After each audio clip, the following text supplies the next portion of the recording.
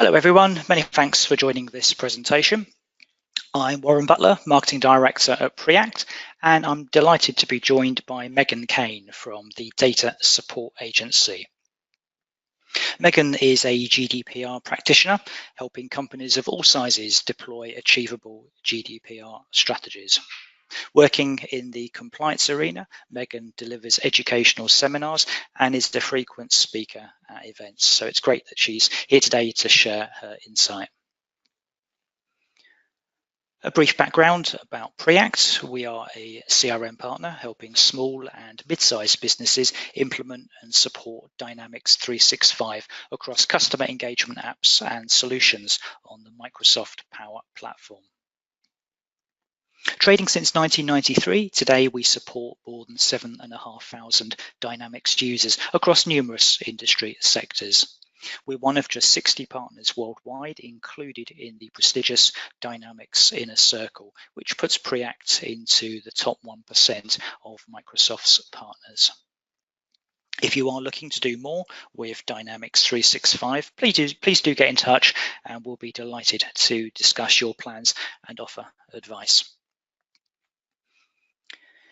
GDPR came into force in May 2018, as you will be aware, and most UK businesses have taken action in response to this. But are these measures sufficient, and can your organisation adequately demonstrate compliance with GDPR? It's a complex topic, and with continuing regulatory updates, it's no surprise that many businesses are unsure if the policies and the processes that they have in place are effective. Also, few small and mid-sized firms have the time, resources or expertise to dedicate in keeping up to date with GDPR. And these are frequent concerns that we often hear from our clients. As a Microsoft Dynamics business partner and to fulfill our responsibility as a data processor, Preact has shared information and confirmed privacy agreements in response to individual requests.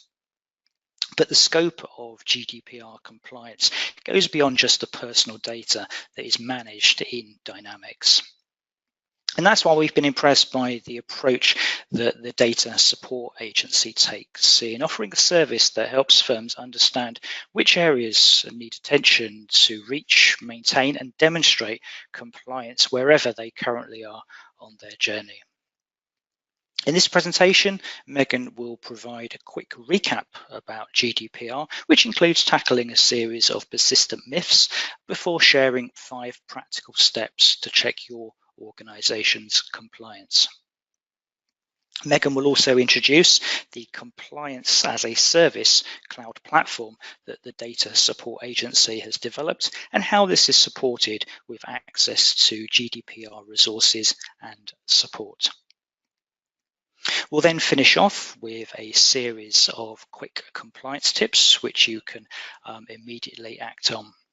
So to get started, let me hand the presentation over to Megan. If you just bear with me. Thanks, Megan.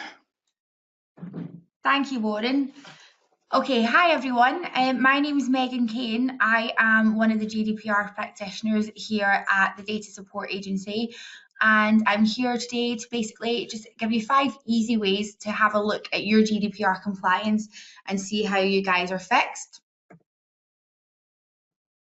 So to get started, I'm just going to quickly run through a few GDPR myths that have been hanging around since sort of pre-GDPR, and they still sort of seem to be resurfacing every now and then. So GDPR won't apply post-Brexit. This is false. So the GDPR has already been absorbed into the UK Data Protection Act of 2018. There is sort of some rough localised changes in there that apply to the UK only, but the main framework and the backbone of the GDPR is in there, and that will continue to exist post-Brexit. Next one is all breaches need to be reported to the ICO. This is also false. So The data breaches only need to be reported to the ICO if they can't be mitigated within 72 hours without any sort of ongoing harm or damage done to the individuals whose data has been breached. If you can get it mitigated within the 72 hours and there's no damage ongoing, then there's no need to report this to the ICO. The final one is the right to be forgotten, which is the right for the deletion, for data to be deleted, needs to be adhered to whenever exercised. So this is also false. I find that a lot of companies sort of get themselves in a bit of a tizzy when they come across this, because where the GDPR helps people exercise their rights as a sort of indefinite right to themselves, a lot of people think that it has to be adhered to every time one is exercised. The right to be forgotten is only exercised when there's not sort of any ongoing factors in the background. So say contracts, subscription periods, even for legal reasons as well. So if you need to keep, or HMRC purposes, if you need to keep this information for a certain amount of time due to legal reasons or any sort of contractual agreements, then you're absolutely allowed to do so. Okay, so the GDPR, I'm sure you already know, is the General Data Protection Regulation. The reason that this legislation has been brought in to play is so that the individuals can have the protection of their personal data as a fundamental right, as well as the fact that sort of the previous existing Data Protection Act of 1998 was massively outdated. You'll know yourself how much technology has developed within the past 20 years. Information can be processed on mobile phones, laptops, tablets, computers. So things had to be restructured and people's information had to be taken into consideration. So it came into play, or it passed through law on May 25th, 2016, and actually came into force on May 25th, 2018. In the UK, it's regulated by the Information Commissioner's Office, which is also known as the ICO, and it applies to all EU businesses. So even though Brexit might be something that's coming into play, like I mentioned, it has been absorbed into the UK Data Protection Act of 2018, and the UK government has confirmed that it will be that we will commit ourselves to that post GDPR anyway, because it's such a good structure to have in place to protect the individual's information. Going forward, if Brexit does come into force, if you as a company are processing any information about companies who still are part of the EU, then the GDPR needs to apply to that as well. It's the same for any companies sort of in America, Australia, Canada, things like that, outside the EEA, that are processing our information here in the UK. They also need to be adhering to the same standards of the GDPR. And the big sort of buzz around GDPR, of course, is the large fines. So it is up to 4% of global turnover, or 20 million euros, whichever is the highest. If you're sitting there sort of as an SME, then of course 20 million euros is just completely out of the question. Of course, this is a tier 2 fine, so this is only in very severe circumstances, but you are still liable to sort of protect all this information, or you might sort of come face to face with a fine from the ICO. On top of these fines, individuals are also have the right now to claim for individual compensation. So although you might not get any fines off of the ICO, if individuals want to sort of put in their own complaint or take it to court or anything like that, then they absolutely can do so. So my next steps for you, I'm just going to give you a bit of guidance of what I think that you guys should do, sort of following on to this webinar. The main thing is, if you're on this webinar, then you're already sort of taking the right step, because you're seeing what you should be doing with GDPR and what help is out there for you to be able to sort of combat GDPR. The first area that I suggest that you tackle is staff awareness and training. I cannot not actually stress enough how important it is to make sure that your staff are educated about GDPR and educated about how GDPR is going to affect your business. This can be demonstrated through sort of dealing with your in-house policies, making sure that they're familiar with your privacy policies, which are customer facing, especially because that's when you're leaving yourself vulnerable. If you have the novelty, then nominate one person or a couple people, even sort of a GDPR task force, to deal with GDPR and head it up as their own sort of responsibility. If you don't, then not to worry. It can be sort of spread out throughout the company, and you can all work together on it. But it's definitely important that you don't just give them the policies and the procedures to sort of follow without giving them any GDPR information, educational wise, as it's also important that they know exactly why they're expected to adhere to these policies and procedures and just how serious the GDPR is now being taken. The next area is review all policies and procedures. So the number one thing, and I know everybody knows that this is something that needs to be addressed and quickly, is your privacy policies. These are customer facing. These are what your customers are seeing each time they sign up to your services. And the good thing about a privacy policy is that effectively you can call the shots about how you're going to process their data. And as long as this is being made available to them within 30 days of subscribing to your services or signing up to use your business, then you can be compliant with the GDPR as long as the content within the privacy policy reflects the GDPR well. You've got to have your in-house procedures sort of in place as well for handling data breaches and subject access requests. An access request is what can be put in anytime somebody wants to access any of their data, as well as you can get citizens right requests as well, which is when an individual wants to put in a request to maybe rectify their data, have their data deleted. All of these requests need to be completed within 1 calendar month of receipt. And I would just like to add, it's 1 calendar month within receipt of identification, verifying the individual, so verifying the individual's identity who is requesting the information. This is a requirement under the GDPR for you to be able to do so.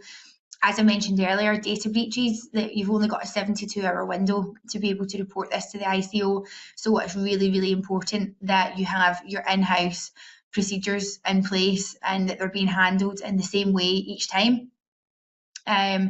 Because you want to have these policies and procedures in place and sort of pushed out throughout the company, so that if it comes to it that the person who's handling GDPR isn't there, then everybody knows exactly what they need to be doing.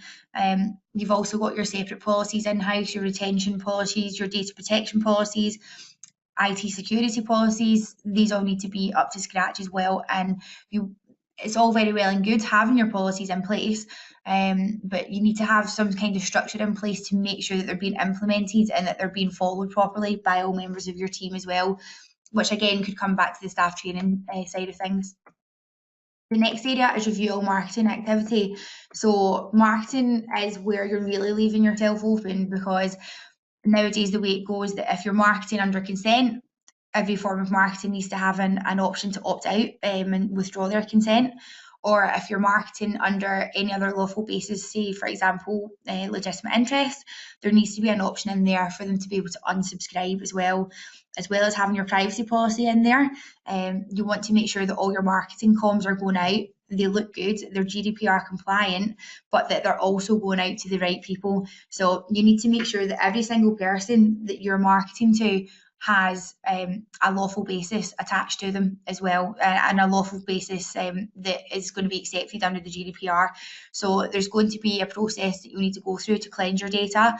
And I know it's a long and exhausting process and nobody wants to do it, but it'll be worth it, because you don't want to be marketing to people where frankly the data is completely out of date and it's not appropriate for your marketing purposes, because this is where you might have your individuals sort of getting in touch because they're not happy about the way that you're handling their information. And this is where they can go to the ICO and complain, or they can put in claims for compensation. The next area is review all data. So this ties in with the marketing as well. You want to review all the data that you're processing across the board, not just with marketing. So you want to make sure that you you've identified all your data flows, so you know exactly where your information is coming from, who it's going to, any third parties that you're sharing information with. You've got a clear understanding of the information that you're sending them, and also that the information you are sending them is relevant to the processes of their purposing, to the purpose of their processing. You want to make sure that the people who have access to the information are the authorised people as well. So if you say, for example, you're sharing information with a payroll provider, that this is being transferred in the correct way, the correct data is being transferred, and that it's not going into sort of generic email inboxes where anybody in the company has access to. So you want to just be doing your due diligence behind that to make sure that the companies that the third parties that you're working with also are working GDPR compliantly on the other side.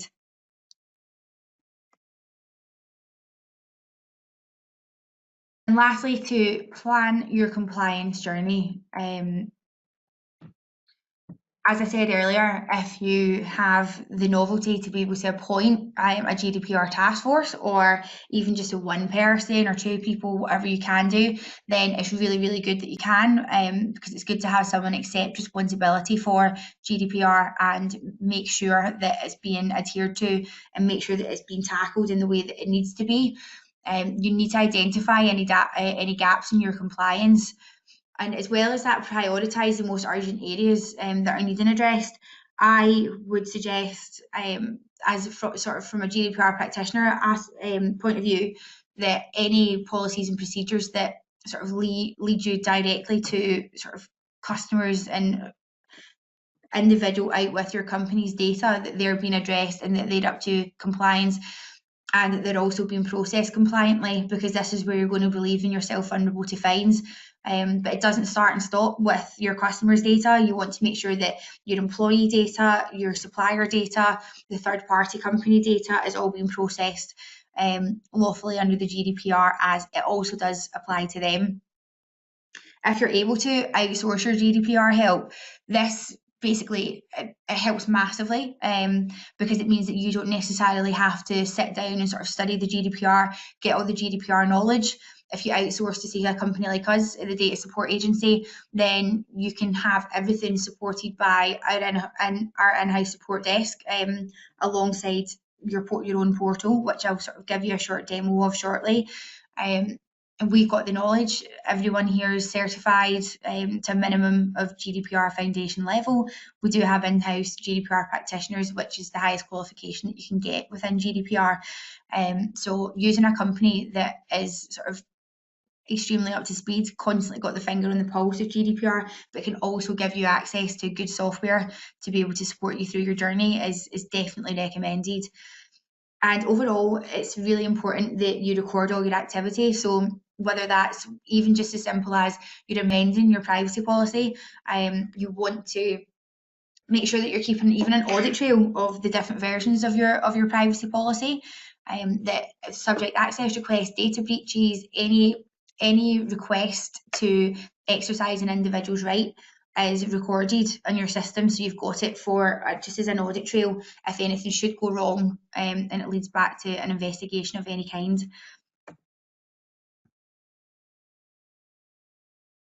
Okay, so I'm just going to give you a quick demo of our portal after I just give you some information about us. So we are the data support agency. We were created through our CEO Nicola Hartland's sort of own frustration about GDPR. She owned a telecoms company, heard about GDPR coming into play in 2016, and of course, as the chief exec of a telecoms company, you know that basically her business solely relied on data. She looked on the internet. She knew she had limited time to get everything up to scratch for the deadline in 2018. And basically what she found by going on the internet was that there was consultants out there, but they would be charging you for anything and upwards of £1,000 a day with no ongoing support. And she herself didn't have time or the resources in-house to be able to support this, as well as the cash flow problem. So then that's when she had the idea that she wanted to create a solution for the UK's SME market to be able to provide them with a cost-effective solution that is actually going to provide them with everything that they need with the ongoing support. Okay, so I'm just going to lead over to the demo of our system. Okay, so the first page that you can see here is our dashboard. That little bit of information at the top there is just sort of telling you how to navigate through the portal. So we don't need to go through that as I am going to walk you through it step by step. So the GDPR is split over 12 areas. So these are the 12 areas that you can see here. We do use the traffic light system because it's something that is easily identified sort of urgency wise. You know what immediately which areas are striking you as red and amber. These are the areas that need to be combated. And then you get your lovely green areas as well when you gain 100% compliance in that area. As well as this, you get your overall compliance score and you get a certificate to prove that you have retained the services of a professional GDPR organisation to gain your compliance. So your compliance is measured by going through each area and working your way through a series of statements. So, for example, the first statement in this area is the organisation has established whether a data protection officer is required. So if that's not yet in place or planned or partially implemented, then you know there's work that needs done. So what you do is you would scroll to the bottom of that section there and you'll have a little look at the requirement for a DPO document. So all our documents are office documents, office-based documents. So we've got Word, PowerPoint and Excel in there, which is great because those kind of documents can be opened on virtually anything nowadays, whether you're using a mobile, tablet, laptop, computer, whatever you need to be sort of tackling your GDPR, these documents can be opened on them. So the really good thing about our documents as well is that within every area, you've got your educational piece in there, and as well you've got your supporting documents as well. So all our documents have been written in-house by us through sort of studying the GDPR and gaining our qualifications and ongoing sort of working within GDPR and getting our knowledge up to scratch as well. So they're all sort of basically they're laid out as simple as possible. If you're looking at this webinar, you're probably very much aware of the fact that GDPR is a complex beast and it can be very hard to understand. So we have broken them down, put them in layman's terms, made them as easy to understand, and we've also got all the supporting documents in there for you as well. You are able to upload your documents back into here. You can do this for storage purposes, so all your documents are kept in the same place, or you can do it so we can effectively check your homework. So, for example, I'll just show you the resources section. This is where all the documents are kept sort of in their own individual areas as well, so you don't have to go through the readiness assessment each time you want access to the documents. But for example, if you were to update your privacy policy and before you pushed out or published it on your website, you wanted to make sure that it was 100% okay and it was up to the GDPR compliance, you can drop these back into the portal and send us a message and ask for us to go in and have a look at it and just sort of, like I said, check your homework off and say, yep, that's good, push it out, and then everything's sort of good. Half the battle sometimes is just knowing where to start when writing a document. So it's really good that we've got all our blank templates in there for our customers to use, when virtually all you need to do is sort of change around a few words, put your branding on it, and it just makes life a lot easier for you as well. So the support function can be actioned by going through the support tab and raising a ticket. So you can raise a ticket and we'll pick it up on our end. We have a live chat function. You can email us or you can just simply pick up the phone and speak to us there. If you were to pick up the phone and speak to us, we will raise a ticket on your behalf at the end of the call, sort of a conclusive ticket with the query and what the answer was. So it's in there for your own reference further down the line should you require it. You've got your account settings as well, so that's just where all the information's kept. So I'll just quickly run through the way that the pricing works. So we've got iCast Lite, which is for sole traders and limited companies with one employee. That's £49 a month. You get one user on each account, and you also get 30 minutes of support time. We've got the iCast Pro, and this is for basically any companies with employees. There's additional documentation in here in the iCast Pro from the ICAS Lite, because there's got more sort of employee focused procedures and extra support around subject access requests and data breaches and risk assessments as well.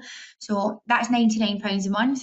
You get 120 minutes of consultancy time a month, and you can also have up to 5 users on that portal. And the highest subscription level is the ICAS Plus. So that has the same amount of documentation as the ICAS Pro, but this one's more focused on companies with quite a large amount of employees, or even small companies. But if you process a vast amount of data as well as a lot of sensitive information, that is all in there for you, and you've got the support in there. You can have up to 10 users on the account, and you can have 240 minutes of consultancy, and that's £149, sorry, again. We've got a news section that does exactly what it says on the tin, but the news that's in here is purely GDPR and data protection focused. So anything regarding or sort of surrounding companies being fined or any massive data breaches or anything like that, we'll post all the articles in here. So if you're really sad like us and you like to know what's going on in the world of data protection, then you can see it in here at a glance. And finally, we've also got our FAQ section as well. So these are more sort of technical terms of GDPR. If you want to know a little bit more information, you can go in there, find them, select the question that you're wanting to ask, and your answer will pop down for you.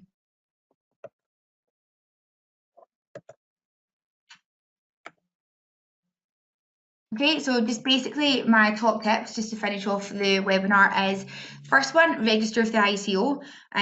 You need to pay a data protection fee, sorry, it's not a fine, it's a fee, with the ICO annually, and it starts from £35 a month. The ICO have started fining companies last month, and it can be up to £3.5 fine. So it's not really worth it if you're one of the lucky companies and you just pay the small £35 a year fee. Get your reactive procedures in place for SARs and data breaches. So basically it's in there, it's ready to work, it's ready to go. So you're protecting yourself and it's been handled within the correct timescales. Like I said earlier, your customer facing policies, your privacy policies, that comes down to your subject access request procedures as well, because it's coming directly from your customers or from sort of certain individuals. Then get them in place, so that you're not leaving yourself open to, or leaving yourself sort of vulnerable to any fines or any claims for compensation. Get the essential marketing requirements added in ASAP. So if you've not got your opt-out, your unsubscribe, your privacy policy links in with your comms, then please make sure that you get them all worked in, or you at least, if say, for example, you're doing marketing over the phone, you at least have a script or a policy in place for how to address these issues. And finally, if you're not capable of having an in-house specialist, please outsource your GDPR help if you have the cash flow to a company like us, because we are here to help. And what you want to be doing and what you want to make sure that you're protecting is your company's reputation. And by hiring a team of guys like us to be on your side and to be giving you all the information that you need within the portal is going to help you do that.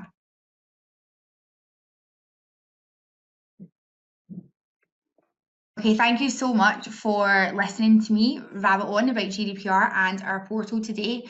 If you've got any questions, please do ask, because they will be answered either at the end of this, or I will make sure that they're answered later on and we do get a response out to you. But again, thank you very much for giving me your time today, and I look forward to hearing from you and answering any questions shortly. Thank you.